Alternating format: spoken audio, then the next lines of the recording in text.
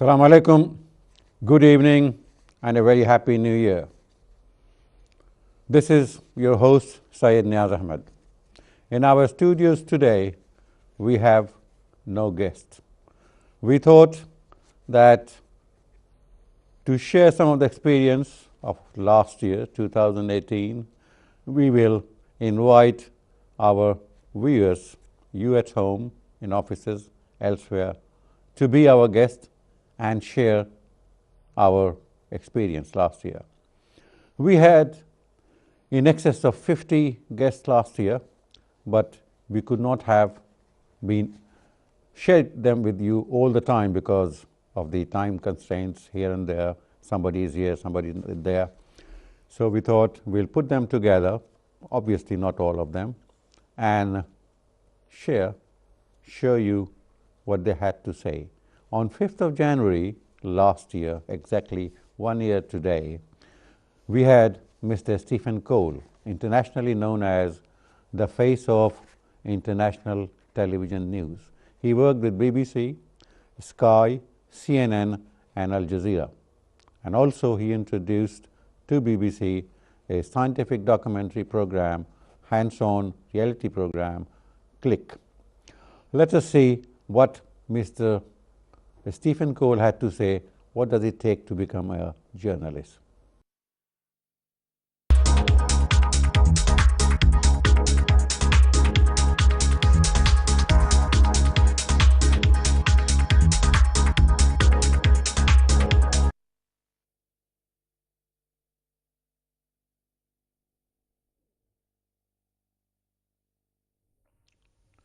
Assalamu alaikum.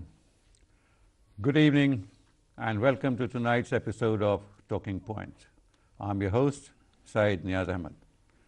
In our studios today, we have a gentleman who has been described as the most recognizable face of international news on television. He is none other than Mr. Stephen Cole. Stephen Cole has worked with all the channels that you can imagine, Sky, CNN, Al Jazeera, BBC.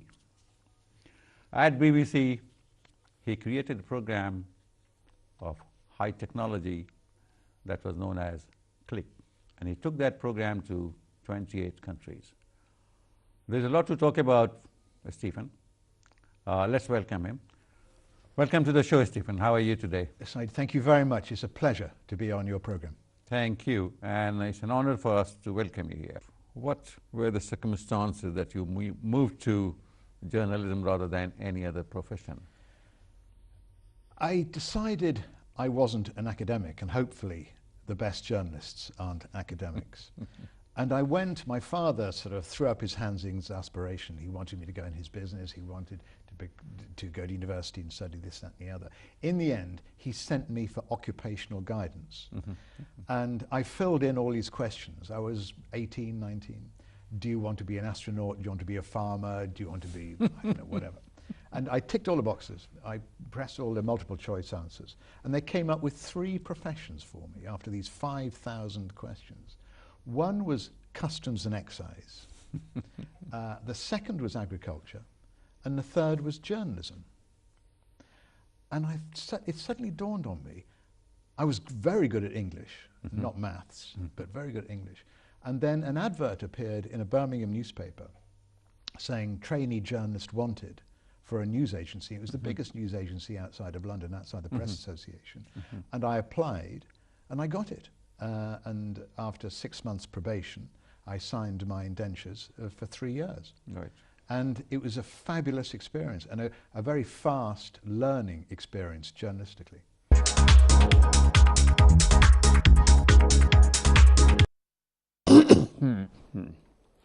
Well, that was Stephen Cole. Next, on 2nd of March, we had another journalist, London-based Italian Sicilian Francesca Marchese. I asked her about how does she find London, and she thought that London provides a space for everybody.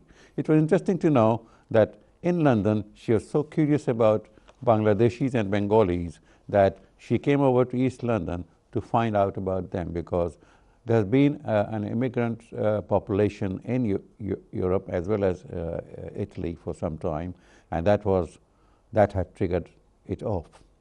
Can we see the clip, please?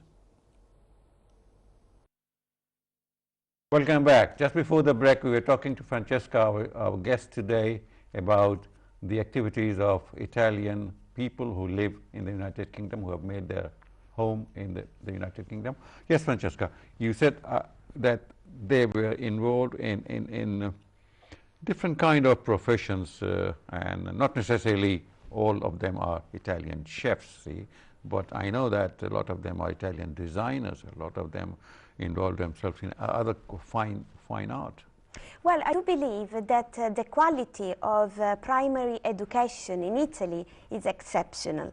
So when a young Italian comes to the UK, he brings lots of skills that he has learned at home. So that allows the young Italian to access to high level of jobs, not only in hospitality, so restaurant and bars and whatever, but also in art section and now also in the finance sector. Yes. So Italian people are very, in a way, they're creative and flexible. So their way of mind is very much appreciated, because they can solve a problem in a creative way and maybe quickly. That's the good side of being an Italian, I think. They are artists, they are singers, and they're actors. And Italy has provided the world with very well-known artists, those who worked in Hollywood. These people who are living here, I mean, I know that there are hundreds and hundreds of Italian restaurants where people go and see. So are Bangladeshi restaurants, see, and now probably we'll have Italian Bangladeshi restaurants. I've been to some of them. So I was lucky enough to visit some of the Italian Bangladeshi places. Lots of them are around Tower Hamlets in London, but I've been also in other parts, because I'm very curious about that. So when I see that, I always enter and speak with the owner. Well, we can't be accused of gender injustice. So we had Francesca Marchese after Stephen Cole. And now the next guest is going to be Dr. Shipa Hafiza. She is the Executive Director of Aino Shalish Kendro back in Bangladesh.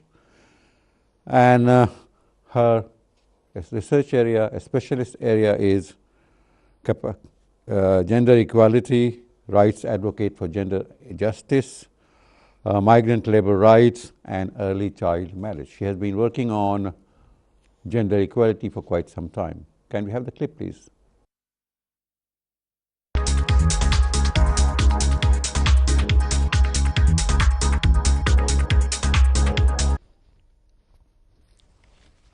Welcome back. Just before the break, we were talking about migration of labor from Bangladesh. You see, we are changing the topic slightly. We are moving towards women empowerment. Our guest today, Shipa Hafiza, had written several books, articles, and papers on the issue. But this is one that I'm talking about, is Women, Religion and Violence, a new threat to women advancement in Bangladesh. And you with another lady, Hasna Begum. Yes. Could you tell us something about the book? What was the purpose? Obviously, the purpose was to inform and educate.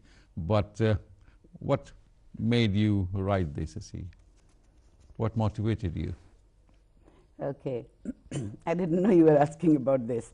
But really the whole violence issue of women has a very good connection with the religious thought or the interpretation of religion. So as such, maybe in religion it's not there, but the way we learn in our society, Sure. the normal, ordinary people learn it from the people. It's very interpreted as a way that women are something to be, is a dangerous thing, or women are totally useless thing. So women cannot do this, women shouldn't do this, all those extra restrictions put on women so that they don't talk, they don't think. So this is the violence is happening with the name of religion too. If you go even now any day in Dhaka city, not in outside, I'm not asking you, you will see from different mosques they are doing all those khutbahs, and a big portion of that how bad women are, how dangerous women are, and how you should be so careful about these bad women and what makes bad women, which is totally, they made it up and they're constantly talking. And nowadays in Bangladesh, they are doing it in from a mosque or somewhere, maybe a majlis, but it's in this big mics are there, and even they can use.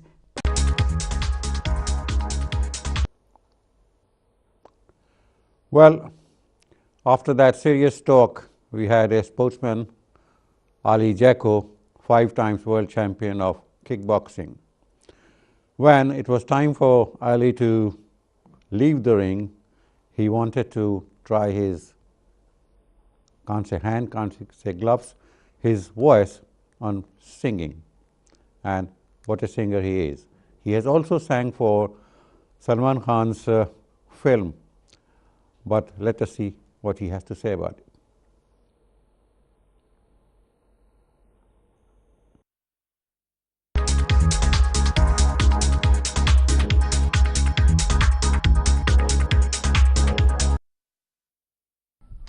Welcome back.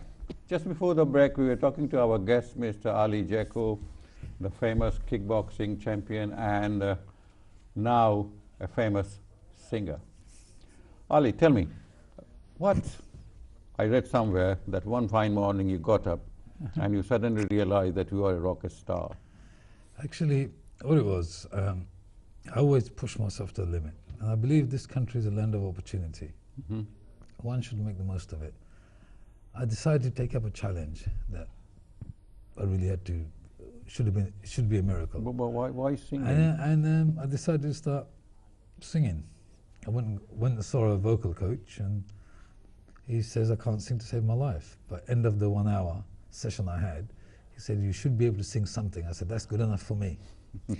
So I carried on singing. Within a week I managed to sing this, within a week, 10 days I managed to sing this song, Look Into My Eyes, sorry, by Bryan Adams. And he was really impressed, and he couldn't believe my progress in, and I was putting hours and hours of practice and work into it. So the moment he said I could sing as good as Bryan Adams, I said to myself, well, in that case, I'm going to start writing my own music. I always said, if I can sing, I'm going to make a difference. I'm going to sing some, because I believe in myself, and I know what I can create. I know what kind of music I'd like to hear. So I went out, and up to date today, I've written and sang almost 45 songs. I'm just releasing them one after another right now.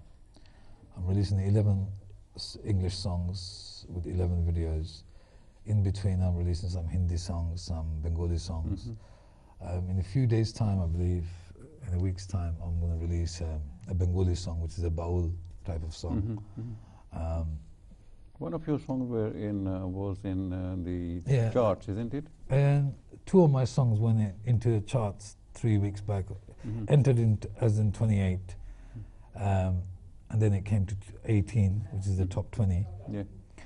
But it just dropped out because I don't have the right backing. But it doesn't matter, I was there, and I'm going to get there again. And then other big names came in, and then it's a big old game. There was a time when it was based on sales of the singles, you see. Now it's based on, I was in the commercial club chart, so this is based on mainly registered DJs around Europe and UK. There was over 2,000 nightclubs who were playing my tracks, and the response they got, and how well the song was appreciated. Well, it's about time to take a break, and when we come back, we will have a lot more up our sleeves. Thank you. Don't go away. We'll be back soon.